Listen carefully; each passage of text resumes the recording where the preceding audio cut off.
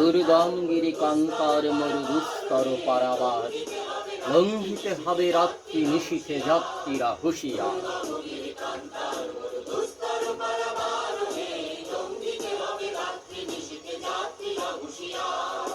দুলিতেছে তরি, ফুলিতেছে জল, ভুলিতেছে মাঝি পথ, ছিড়িয়াছে পালকে ধরিবে হাল, আছে কার হিম্মত। কে আছো জোয়ান, হও আগুয়ান, হাঁকিছে ভবিষ্যৎ, এ তুফান ভারী, দিতে হবে পারি, নিতে হবে তরি পার।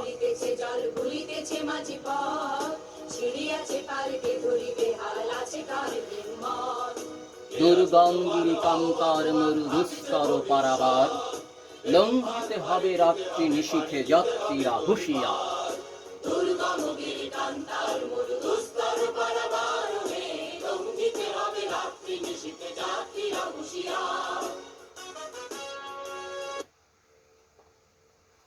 প্রিয় শিক্ষার্থীবৃন্দ, আমরা একটি দুঃসময় অতিবাহিত করছি। এই গানটি যখন রচিত হয়, যখন গীত হয়, সেই সময়ে রাজনৈতিকভাবে ব্রিটিশ শাসিত ভারতবর্ষের একটি দুঃসময় চলছিল।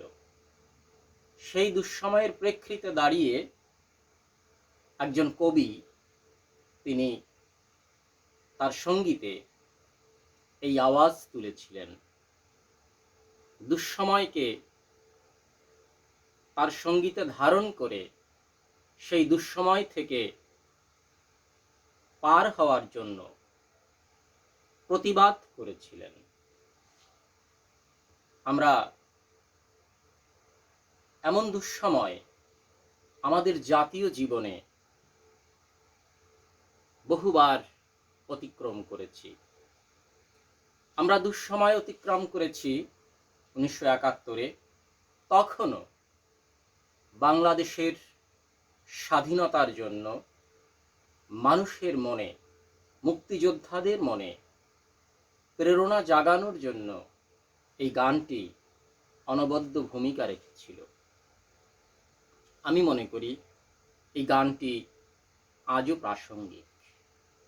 আমরা রাজনৈতিক কারণে না হলেও আমাদের জাতীয় জীবনে, বৈশ্বিক জীবনে এখনো একটি দুঃসময়কে পার করছি। প্রিয় শিক্ষার্থীবৃন্দ, আমরা কোভিড-19 করোনা অতিমারির ভিতর থেকে আমাদের এই দুঃসময়কে অতিবাহিত করছি।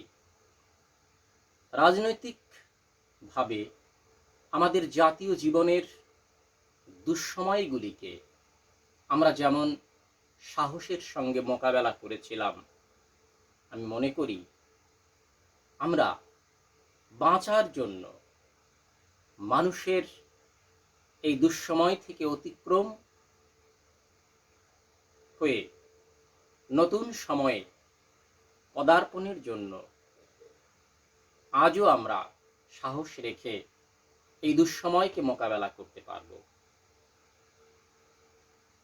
বিশেষজ্ঞ বৃন্দ আমাদের এই দুঃসময়কে মোকাবেলা করার জন্য যে পরামর্শগুলো দিয়েছেন, আমরা স্বাস্থ্য বিশেষজ্ঞদের সেই পরামর্শগুলো মেনে চলব আমাদের প্রাত্যহিক জীবনে। আমরা ন্যূনতম 3টি বিষয়কে যদি একটু আমাদের প্রাত্যহিক জীবনে মেনে চলি, তাহলে আমরা এই দুঃসময়কে অবশ্যই মোকাবেলা করতে পারব। প্রিয় শিক্ষার্থীবৃন্দ, আমরা আমাদের ক্লাসে ঢোকার শুরুতেই একটু খেয়াল করে নেই। আমরা মাস্ক পরিধান করব, আমরা সামাজিক দূরত্ব মেনে চলব এবং সাবান অথবা হ্যান্ড স্যানিটাইজার দিয়ে বারে বারে হাত ধোয়ার মতো কাজটি আমরা করব। তাহলেই আমরা কোভিড-19 থেকে আমরা নিজেদেরকে রক্ষা করতে পারব।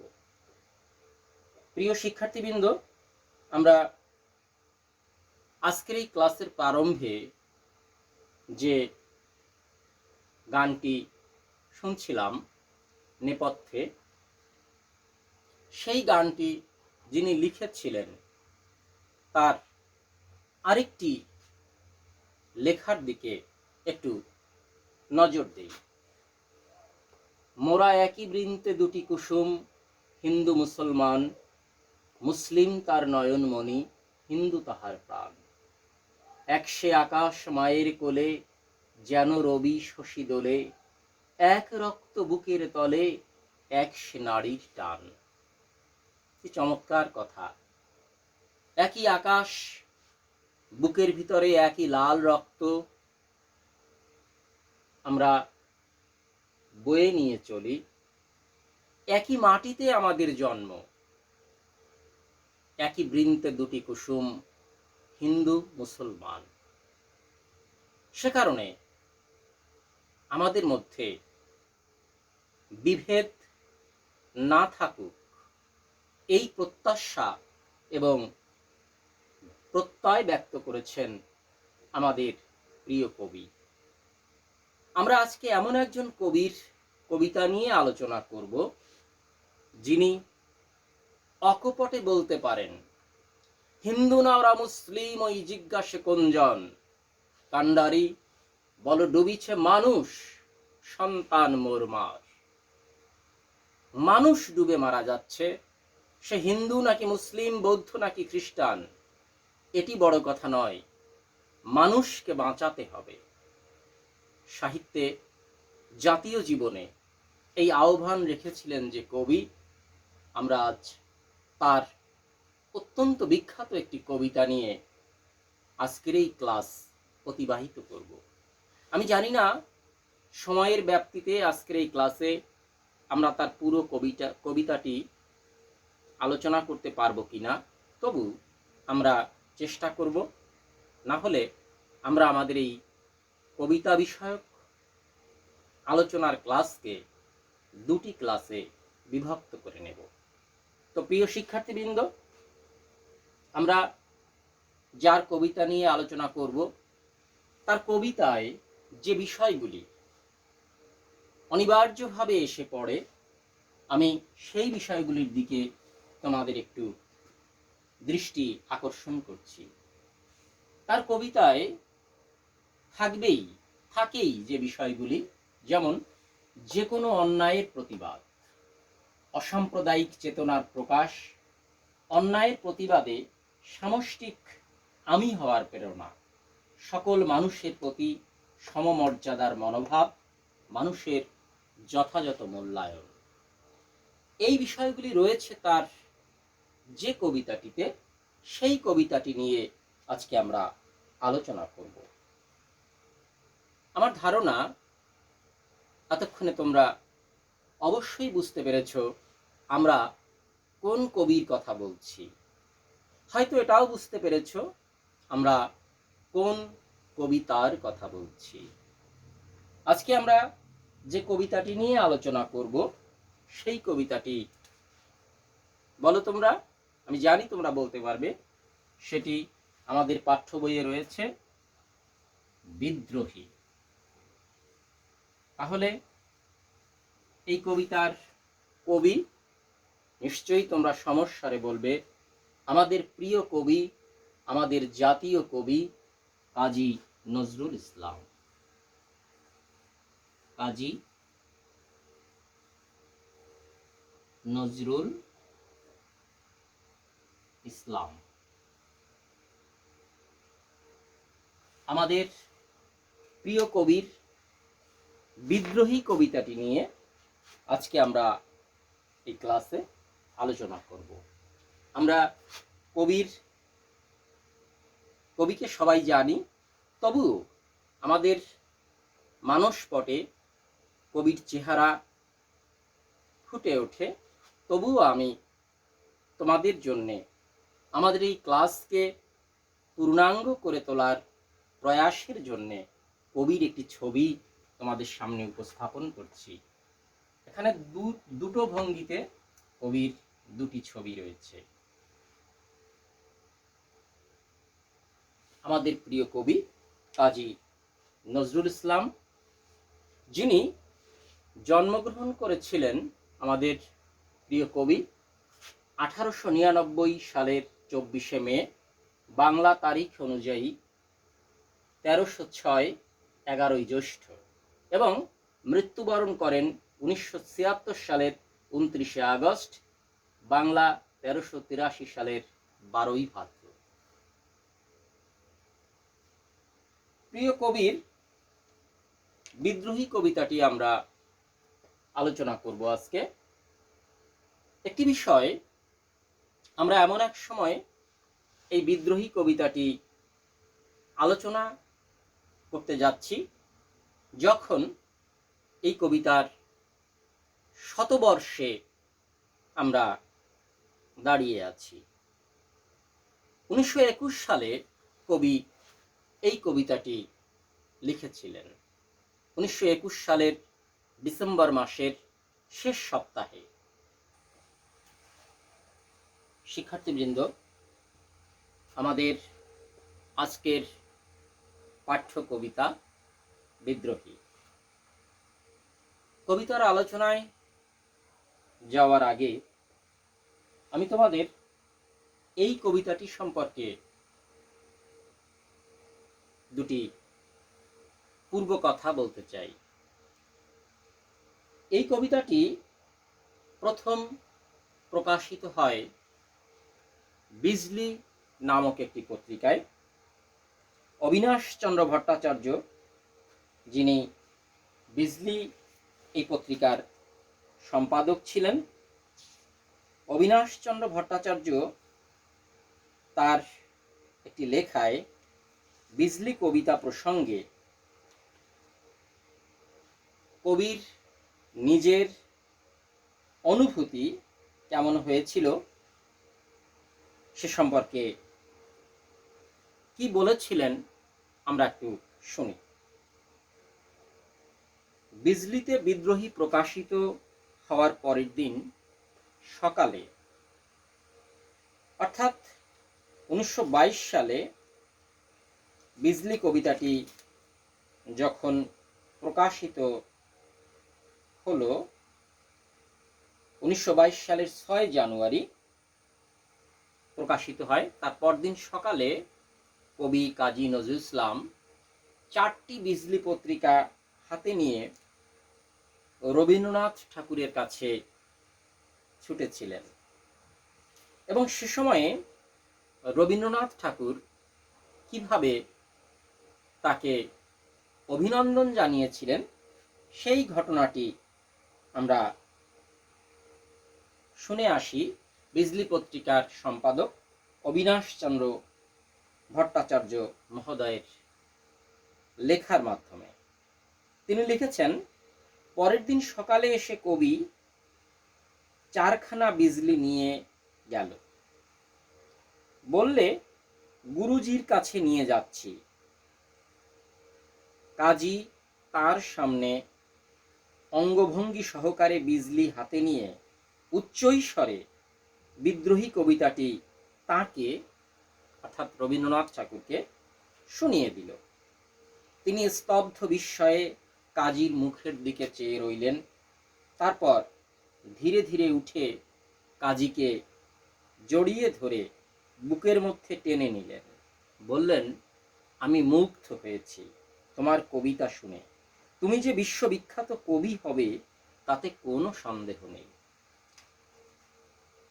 আসলেই রবীন্দ্রনাথ ঠাকুরের সেই কথা সেটি বলেছিল, নজরুল জগৎ জোড়া দ্রোহের কবি, অন্যায়ের প্রতিবাদের কবি হয়ে উঠেছিলেন, আমাদের জাতীয় কবি হয়েছেন কাজী নজরুল ইসলাম।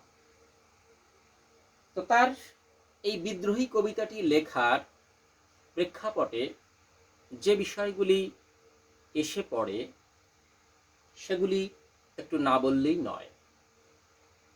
সেই সময়ের ভারতবর্ষের ব্রিটিশ শাসকদের যে অত্যাচার, নিপীড়ন এবং শোষণ চলছিল, তিনি তার প্রতিবাদে এই বিদ্রোহী কবিতাটি লেখেন।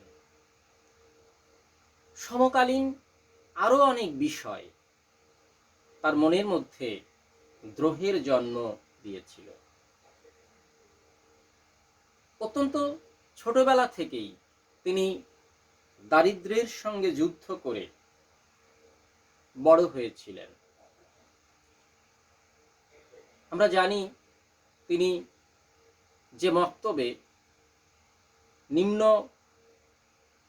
প্রাইমারি পড়াশোনা করেছিলেন, সেখানেই তিনি শিক্ষকতার মাধ্যমে জীবিকা নির্বাহ করতেন। মাত্র 8 বছর বয়সে তার পিতৃবিয়োগ হয়। পরবর্তীতে লেটো গানের দলে গান লেখা,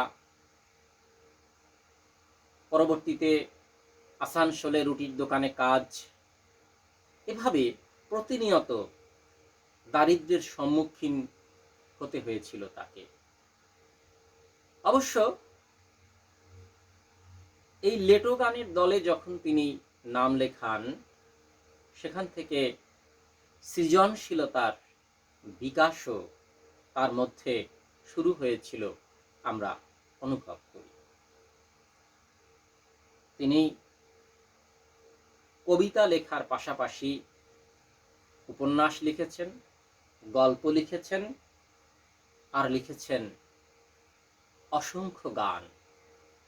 3000-এরও বেশি গান রয়েছে। তার রয়েছে ইসলামী সঙ্গীত, যেমন তেমনি রয়েছে শ্যামা সঙ্গীত, রয়েছে কীর্তন বিষয়ক গান।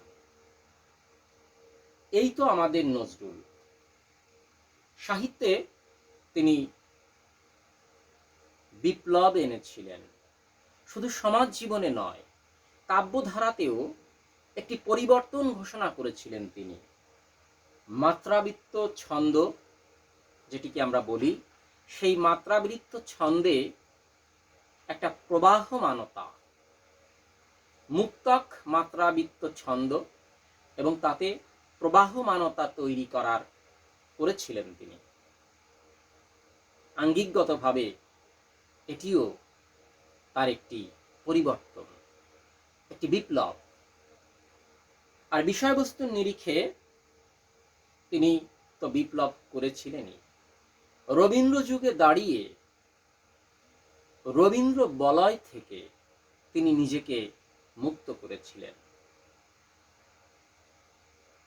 কাজী নজরুল ইসলাম তার বিদ্রোহী কবিতাটি আমরা পাঠ করব এবং বিশ্লেষণের প্রয়াস করব। আশা করছি তোমরা ক্লাসটি মনোযোগের সঙ্গে ক্লাসটিতে নিজেদের মনোনিবেশ করবে। তো প্রিয় শিক্ষার্থীবৃন্দ, আমরা কবিতাটি পাঠ করি এবং পর্যায়ক্রমে আলোচনা করার চেষ্টা করি। বলবীর বল উন্নত মম শির, শির নেহারি আমারি নত শির ওই শিখর হিমাদ্রি। কবি বলছেন, বলবীর বল উন্নত মম শির,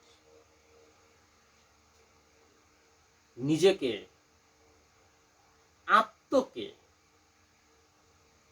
বীর বলে, বলিয়ান, এই বিষয়টি ব্যক্ত করেছেন যে আমি বীর,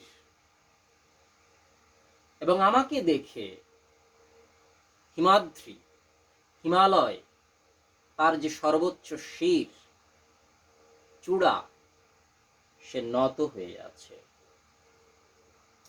কবি নিজের ভিতরের শক্তিকে এত তেজস্বী মনে করেছেন, এত উঁচু মনে করেছেন, যে তার তেজস্বিতা, তার উচ্চতা, তার গৌরবের কাছে হিমালয় পর্বত যেন মাথা নুইয়ে আছে।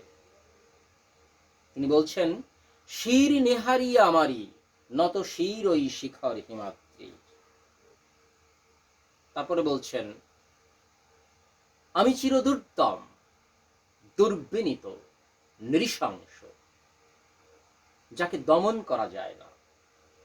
দুর্দম, যে বিনীত নয়, দুর্বিনীত, আর যে নৃশংস। কেন নৃশংস? আমরা এই নৃশংসতাকে, কবি তার নৃশংসতাকে ইতিবাচকতার দৃষ্টিকোণ থেকে উপস্থাপন করেছেন। তিনি কেন ধ্বংসাত্মক, কেন নৃশংস, এটি আমাদেরকে বুঝতে হবে। নতুন সৃষ্টি করার জন্য, সব ভেঙে চুরে ঠিক করার জন্য ধ্বংসের প্রয়োজন হয়। ধ্বংসের পরেই নতুন করে সৃষ্টি হয়। আর সে কারণে যে ধ্বংস, সেই ধ্বংসের জন্য কবি নৃশংস। তারপরে তিনি বলছেন, মহাপ্রলয়ের আমি নটরাজ, আমি সাইক্লোন, আমি ধ্বংস। মহাপ্রলয় যিনি সৃষ্টি করেন সেই শিব নটরাজ, যিনি নৃত্যেও পারদর্শী ছিলেন। তিনি নিজেকে সেই শিবের মতো বলছেন যে আমি মহাপ্রলয়ের নটরাজ, আমি ধ্বংস করি শিবের মতো, নটরাজের মতো, সাইক্লোনের মতো আমি সব শেষ করে দেই। আমি ধ্বংস, আমি মহাভয়, আমি অভিশাপ পৃথ্বীর, আমি এই পৃথিবীর জন্য অভিশাপ স্বরূপ। আমি এই পৃথিবীকে ধ্বংস করি, কেননা আমি এই পৃথিবীকে সৃষ্টি করি। নতুন সৃষ্টির জন্য আমার ধ্বংস, বিনির্মাণের জন্য আমার এই ধ্বংস। এবং তার গতি, তিনি বলছেন যে আমি দুর্বার, আমি ভেঙে করি সব চুরমার, আমি সব চুরমার করে দেই, ভেঙে ফেলি সব। আমি দলে যাই, আমি অনিয়ম শৃঙ্খল, আমি দলে যাই যত বন্ধন, যত নিয়ম কানুন শৃঙ্খল। আমি অনিয়ম, আমি কোনো নিয়মের মধ্যে থাকি না, আমি উশৃঙ্খল। আমি কি করি? আমি সব বন্ধন ছিন্ন ভিন্ন করে দেই, যত নিয়ম কানুন সবকিছু। কেননা নতুন সৃষ্টির প্রয়োজনে এগুলো আমাকে করতেই হয়, এগুলো আমাকে করতেই হবে। এরকম মানসিকতা পোষণ করছেন কবি। আমি মানি না কোনো আইন, আমি ভরা তরি করি ভরা ডুবি, আমি টর্পেডো, আমি ভীম ভাসমান মাইন। আমি ভরা নৌকা ডুবিয়ে দেই। যে নৌকা মন্দ কিছুতে ভরে আছে, যে জাতীয় জীবন নষ্ট কিছুতে পরিপূর্ণ হয়ে আছে, সেই জীবনের কোনো মানে নেই। আমি সেই নষ্ট বোঝাই নৌকাকে ডুবিয়ে দেই। কেমন করে আঘাত করি? ডুবোজাহাজ থেকে টর্পেডো নামক ক্ষেপণাস্ত্র দিয়ে যেভাবে আঘাত করা হয়, আমি তেমন গতিতে আঘাত করি এই সব নষ্টদের প্রতি, এই সব নষ্ট যা কিছুর প্রতি। আমি জলের ভিতরেও ভয়ানক মাইনের মতো বিস্ফোরিত হয়ে সবকিছু ছারখার করে দেই। আমি ভীম ভাসমান মাইন, আমি ধূর্যুটি, আমি এলোকেশে ঝড় অকাল বৈশাখী। আমি ধূর্যুটি, শিবের মতোই। বারবার তিনি শিবের কথা বলেছেন। শিবের যে জটা ধূম্র জালের মতো, ধোঁয়ার মতো, সেই জটার কারণে শিবকে আর এক নামে বলা হয় ধূর্যুটি। আমি সেই ধূর্যুটি শিব, এবং আমি ঝড়ের মতো সব এলোমেলো করে দেই। অকাল বৈশাখীর মতো আমি বিদ্রোহী, আমি বিদ্রোহী সুত বিশ্ববিধাত্রী, বিশ্ববিধাতার আমি বিদ্রোহী সন্তান। সুত মানে পুত্র, সন্তান, বিশ্ববিধাতার বিদ্রোহী সন্তান আমি। কেন বিদ্রোহ আমার? যা কিছু অন্যায়, যা কিছু অশুভ, যা কিছু নষ্ট, এসব কিছুর জন্যই আমার বিদ্রোহ। বলবীর চির উন্নত মম শির, আমার মাথা চির উন্নত, আমার শির চির উন্নত। আমি বীর, আমি সৃষ্টি, আমি ধ্বংস, আমি লোকালয়, আমি শ্মশান। কবি একই সঙ্গে বলেন, আমি সৃষ্টি করি, আমি ধ্বংস করি। যে আমি লোকালয়, মানুষের মধ্যে আছি, সেই আমি ধ্বংসের মধ্যে আছি। আমি ধ্বংস করে দেই শ্মশানের মতো। যতবারই কবি ধ্বংসের কথা বলেছেন, যতবারই কবি বিনাশের কথা বলেছেন, আমাদের মনে রাখতে হবে ততবারই তিনি নতুন সৃষ্টির কথা বলেছেন, নষ্ট কিছুকে ধ্বংসের কথা বলেছেন। এই বিষয়টি আমাদের মনের ভিতরে প্রথিত করতে হবে। তিনি বলেন, আমি অবসান, আমি নিশাবসান। আমি অবসান, আমি সবকিছুর শেষ। আবার আমি সকালের সূর্য, অর্থাৎ নিশির অবসানে যে সূর্য ওঠে, যে সকাল আসে, আমি সেই সকাল। আমি যেমন অন্ত, শেষ, আমি তেমনি শুরু। আমি ইন্দ্রাণী সুত, হাতে চাঁদ, ভালে সূর্য। কি চমৎকার করে কবি বলেন যে আমি ইন্দ্রাণীর সন্তান। ইন্দ্রের স্ত্রী ইন্দ্রাণী যিনি, তার সন্তান আমি, জয়ন্ত যার নাম, আমি জয়ন্তের মতো। আমি ইন্দ্রাণী সুত, আমার হাতে চাঁদ, চাঁদের স্নিগ্ধতা, আবার আমার কপালে সূর্যের মতো তেজস্বী, সূর্যের মতো তেজ ধারণ করি আমি আমার কপালে, আবার আমার হাতে চাঁদের স্নিগ্ধ আলো। অর্থাৎ একই সঙ্গে আমি স্নিগ্ধ, একই সঙ্গে আমি রুদ্র, ভয়ানক, তেজময়। মম এক হাতে বাঁকা বাঁশের বাঁশরি, আর হাতে রণতুর্য। কবি বলেন, আমার এক হাতে যেমন আমি বাঁশরি রাখি, বাঁশি, আবার অন্য হাতে আমি যুদ্ধের দামামা বাজাই, রণতুর্য, যুদ্ধের আওয়াজ তুলি আমি অন্য হাতে। আমি বেদুইন, আমি চেঙ্গিস। কবি নিজের গতিকে বেদুইনদের সঙ্গে তুলনা করেন। আরব ভূমিতে যারা এক জায়গা থেকে আরেক জায়গায় ছুটে চলে দুর্বার, যাদের বিশ্রাম পথে, যাদের বাস পথে, আমি সেই বেদুইনদের মতো ছুটে চলি।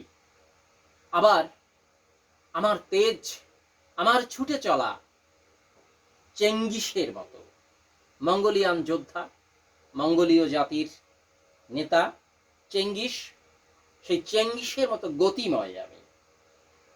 আমি আপনারে ছাড়া করি না কাহারে কুর্নিশ। আমি নিজেকে ছাড়া, নিজের সত্যকে ছাড়া কারো প্রতি মাথা নত করি না। আমি আমার নিজের সত্যকে চিনেছি, তাই আমি আপনারে ছাড়া কারো প্রতি কুর্নিশ করি না, মাথা নত করি না। আমি বজ্র, আমি ঈশানে বিশানে ওঙ্কার। আমি বজ্রের মতো শক্তিশালী, বজ্রের মতো গুরুগম্ভীর। আমি ঈশান বিশানে ওঙ্কার। উত্তর পূর্ব কোণ, যেটাকে আমরা ঈশান বলি, সেই ঈশান কোণে, ঈশানে বিশানে সিংহা থেকে ধ্বনিত ওঙ্কারের মতো আমি। বিশান মানে সিংহা, এক ধরনের বাদ্যযন্ত্র যা শিং থেকে তৈরি করা হয়। ঈশান কোণ থেকে ধ্বনিত হওয়া সিংহার ওঙ্কার আমি।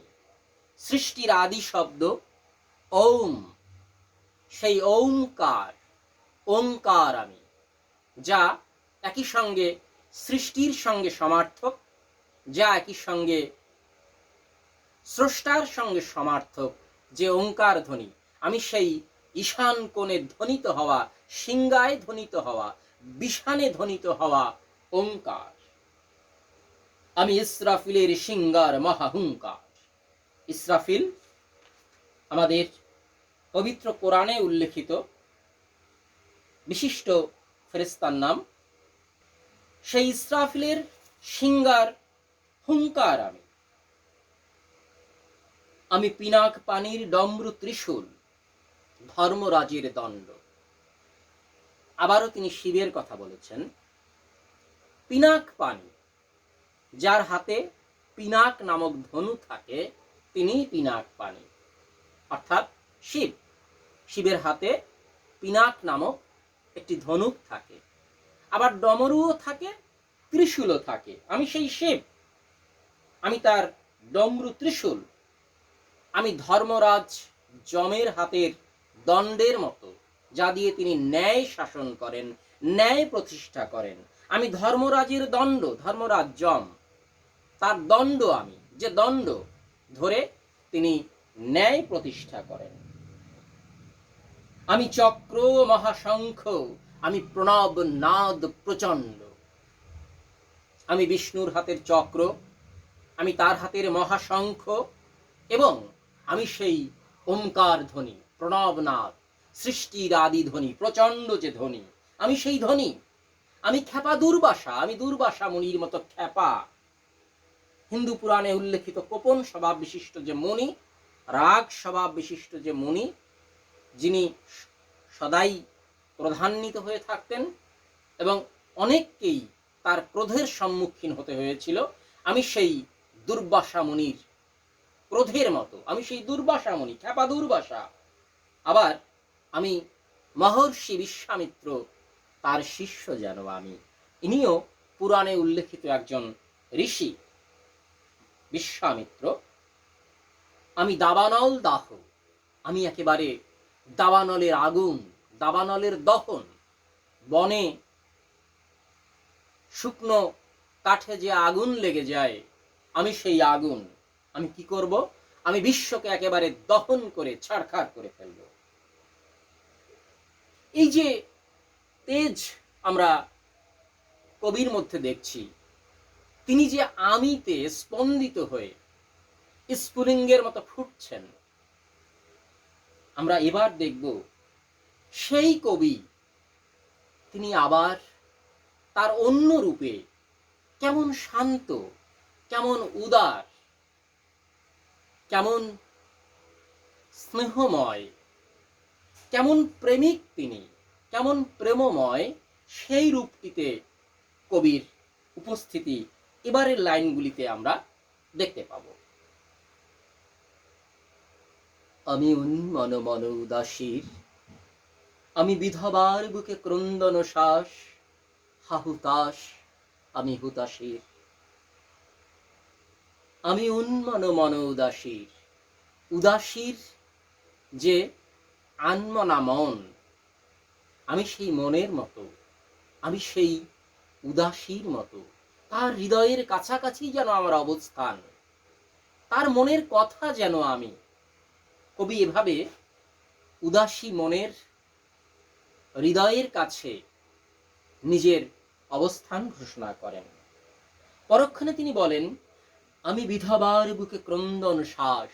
যে বিধবা, যার স্বামী গত হয়েছে, তার বুকের যে হাহাকার, কান্না, আমি তার কান্নাকে উপলব্ধি করতে পারি। আমি যেন তার বুকের কান্না। আর কি? হাহুতাস আমি হুতাশী, যে হুতাশ করছে, যে নিঃশ্বাস ফেলছে, দীর্ঘশ্বাস ফেলছে, আমি তার হৃদয়ের বেদনাও উপলব্ধি করতে পারি, উপলব্ধি করি।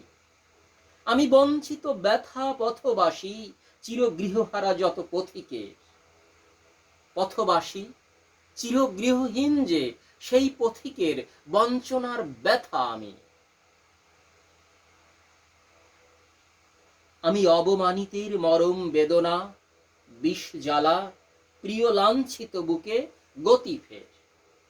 যে অপমানিত হয়েছে, যে অবমানিত হয়েছে, আমি তার মর্মের বেদনা, বিষ জ্বালা, কষ্ট আমি তার। এবং যে লাঞ্ছনা প্রাপ্ত হয়েছে, আমি তার বুকে নতুন গতির আশা, গতি ফের। আমি উত্তর বায়ুমলয় নীল, উদাস পুরবী হাওয়া। আমি পথিক কবির গভীর রাগিনী, বেনু বিনে গান গাওয়া। আমি উত্তর বায়ুর মতো, উদাস পুরবী হাওয়ার মতো কোমল আমি। যে পথিক কবি, তার মনের গভীরতর সুর আমি।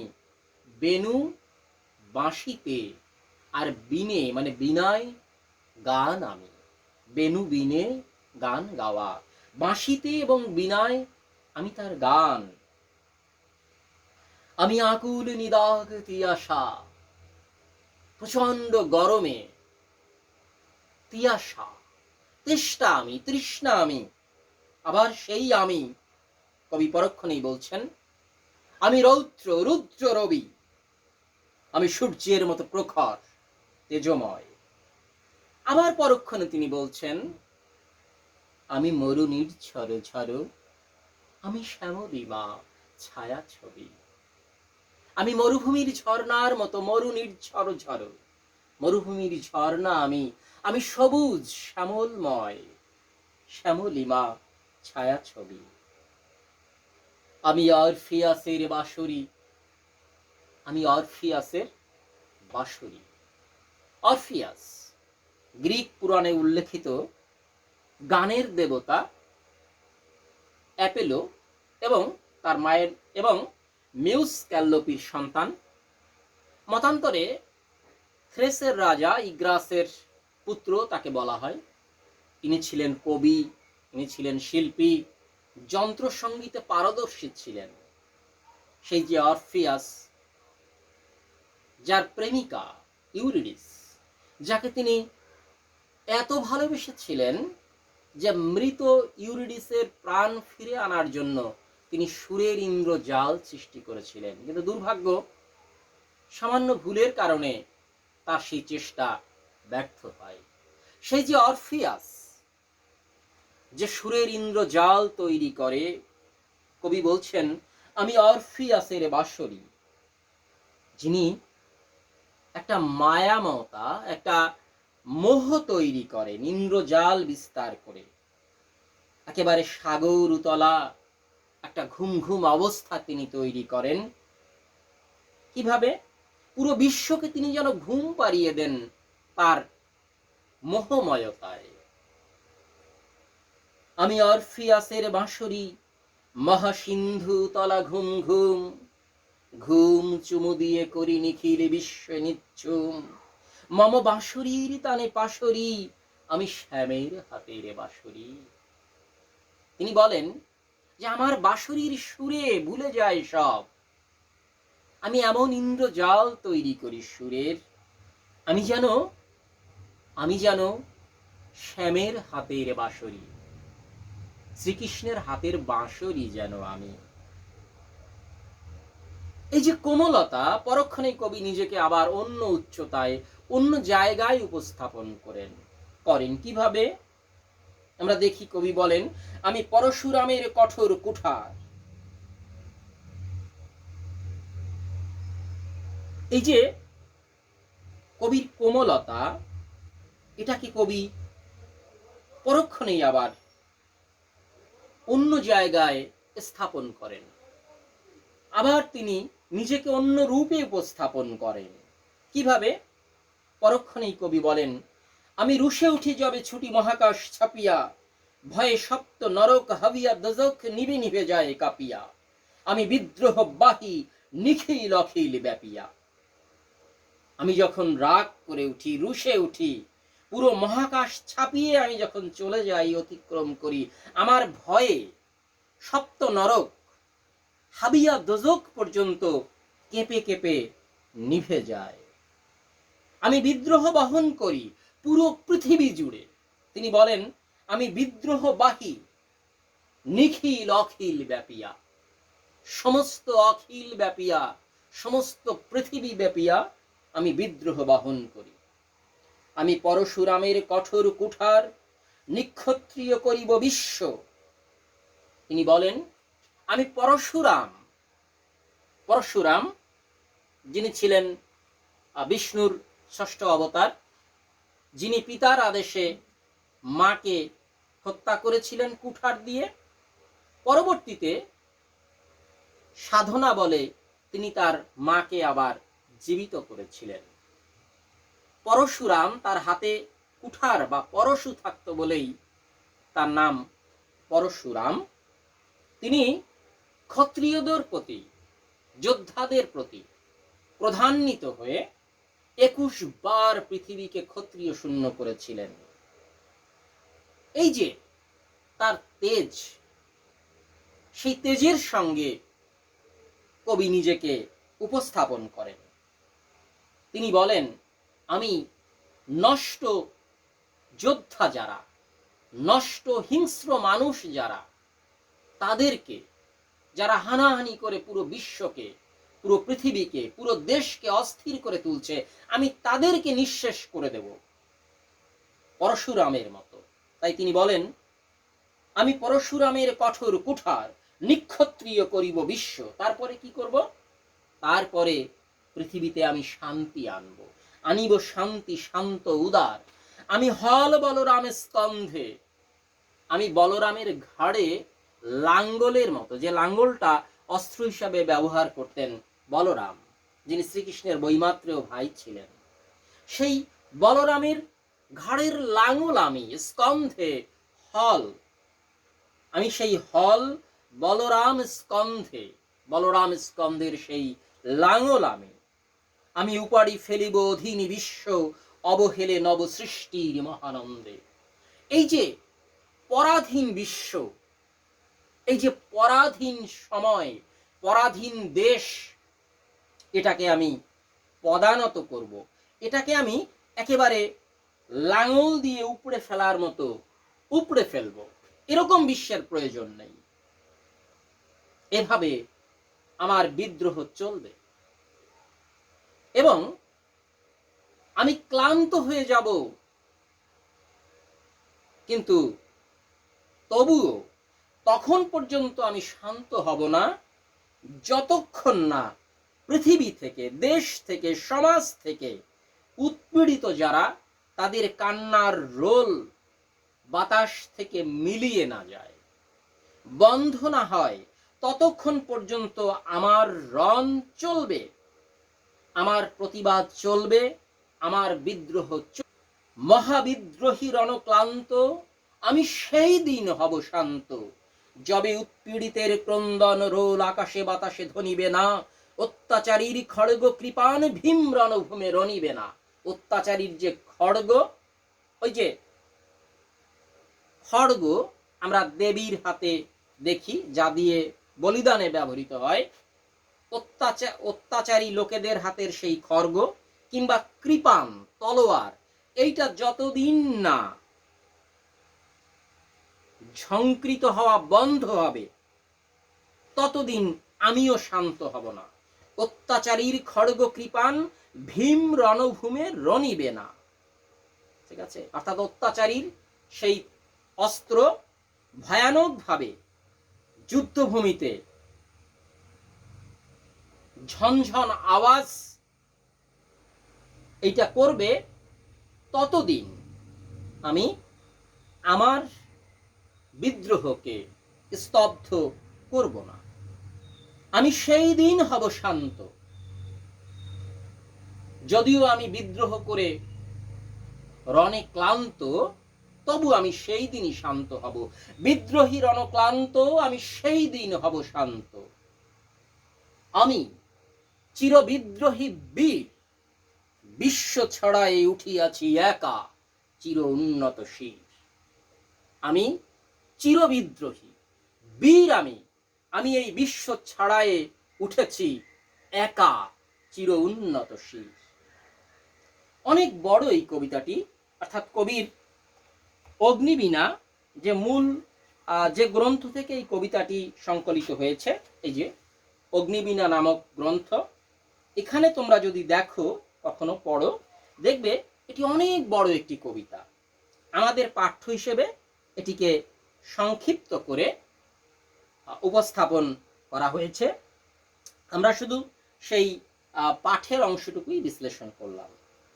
তো আমরা একটি বিষয় খেয়াল করি, পাঠ বিশ্লেষণ আমরা করলাম, পাশাপাশি আমরা এর ভিতরে দেখার চেষ্টা করি যে আমরা দেখেছি যে এই কবিতায় যে অন্যায়ের প্রতিবাদ করা হয়েছে, সেটি আমরা পাঠ বিশ্লেষণের সময়ে অনুভব করেছি। অসাম্প্রদায়িক চেতনার যে প্রকাশ, এটিও আমরা, কবিতাটি যদি আমরা খেয়াল করি, আমরা দেখব যে এখানে দারুণভাবে অসাম্প্রদায়িক চেতনার প্রকাশ ঘটেছে। কিভাবে? আমরা পুরাণের কথাই যদি ধরি, আমরা দেখব এখানে হিন্দু পুরাণ থেকে যেমন কবি উপমা ব্যবহার করেছেন, উদাহরণ দিয়েছেন, তেমনি পবিত্র কোরআন থেকেও তিনি অনেক উপমা এখানে উপস্থাপন করেছেন। তো এখানে আমরা দেখতে পাই যে কবির অসাম্প্রদায়িক চেতনার প্রকাশ কিন্তু এই কবিতার মধ্যে পরতে পরতে, পংক্তিতে পংক্তিতে রয়েছে। অত্যাচারিত তো অত্যাচারিতই, সে যে কোনো অবস্থায়, যে কোনো ধর্মের থেকে, বর্ণের থেকে অত্যাচারিত হতে পারে। একজন অত্যাচার করে, একজন অত্যাচারিত হয়। এই যে অত্যাচারিতদের জন্য তার যে সমবেদনা, এটি তিনি প্রকাশ করেছেন এই কবিতায়। তো এই যে জায়গাটি, এবং তার আরো যেসব কবিতা রয়েছে, প্রসঙ্গত যদি আমরা সেই সব কবিতার কথা উল্লেখ করি একটুখানি, আমি একটু পরেই উল্লেখ করছি, আমরা দেখব যে সামগ্রিকভাবে কবি সকল মানুষের প্রতি সমমর্যাদার মনোভাব ব্যক্ত করেছেন। তার এই কবিতায় যেমন করেছেন, আর অন্যান্য কবিতাতেও করেছেন তো বটেই। আরেকটি বিষয় আমি তোমাদের দৃষ্টি আকর্ষণ করি, আমি এখানে লিখেছি সামষ্টিক আমি হওয়ার প্রেরণা। এই কবিতাটি যখন আমরা পাঠ করি তখন কিন্তু এই কবিতাটি নজরুলের এই বোধ আমাদের ভিতরে যতটা না কাজ করে, তার চেয়ে বেশি কাজ করে এ যেন আমি যেন প্রতিবাদ করছি। অর্থাৎ যেই কবিতাটা পাঠ করে সেই যেন এক একজন নজরুল। নজরুল মানে নজরুলের চেতনায় উদ্ভাসিত হয়ে ওঠা এক একজন মানুষ। এই যে নিজের আমিকে সবার আমির মধ্যে ছড়িয়ে দেওয়া, নিজের আমি সকলের মধ্যে আমি হয়ে ওঠার যে প্রেরণা, সেটি আমরা এই কবিতার মধ্যে পাই। পুরো কবিতাটিতে আমরা প্রায় শতাধিকবার এই আমির উচ্চারণ পাব। তাহলে নজরুল, আমাদের প্রিয় কবি, জাতীয় কবি কাজী নজরুল ইসলাম, তিনি এভাবে সামষ্টিক আমির প্রেরণা জুগিয়েছেন তার এই বিদ্রোহী কবিতার মাধ্যমে। প্রতিবাদের ভাস্বর হয়ে ওঠে প্রতিটি পাঠক, প্রতিটি মানুষ। যে কোনো প্রতিবাদ, সামাজিক যে কোনো অন্যায়ের প্রতিবাদ। তো প্রিয় শিক্ষার্থীবৃন্দ, আমরা আমাদের আলোচনার প্রায় শেষ পর্যায়ে চলে এসেছি। তবুও আরো দুটি কথা বলতেই হয়, আর সেটি হচ্ছে এই যে বিদ্রোহী কবিতাটি, এই কবিতাটি লিখে কবি তার সমকালে যে সাড়া জাগিয়েছিলেন, সেই প্রসঙ্গে আমি আরেকজন বিখ্যাত কবি বুদ্ধদেব বসু, তার আত্মজীবনীমূলক একটা লেখা কালের পুতুল, এখানে তিনি কি লিখেছিলেন সেটি আমরা একটু উল্লেখ করি। বিদ্রোহী পড়ল, ছাপার অক্ষরে মাসিক পত্রে মনে হলো এমন কখনো পড়িনি। অসহযোগের অগ্নি দীক্ষার পরে সমস্ত মন প্রাণ যা কামনা করেছিল এ যেন তাই, দেশব্যাপী উদ্দীপনায় এই যেন বাণী। তো এভাবে বুদ্ধদেব বসু তার অভিব্যক্তি ব্যক্ত করেছিলেন। প্রিয় শিক্ষার্থীবৃন্দ, কবিতাটি আমরা বিশ্লেষণ করলাম। তো আমাদের এই প্রিয় কবি,